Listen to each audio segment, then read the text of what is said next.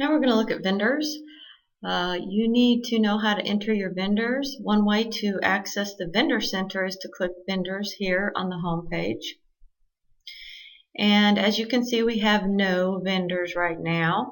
And to add a new vendor, you would click up here on the button that says new vendor. And we are going to click on new vendor, and then you will enter in the vendor's name and all of the vendor's contact information.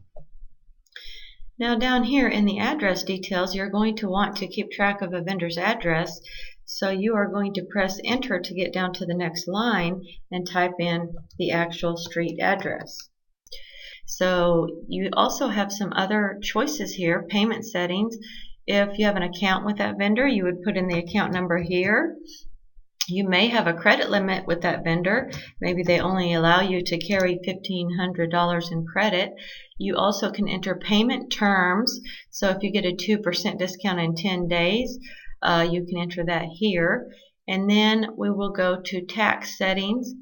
You could keep track of the vendor's tax identification number if necessary.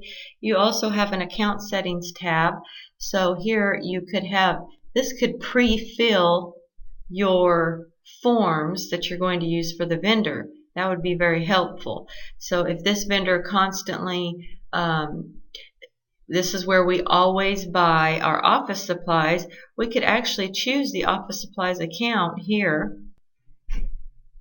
And then when we go and enter a bill for this vendor, this account should automatically come up.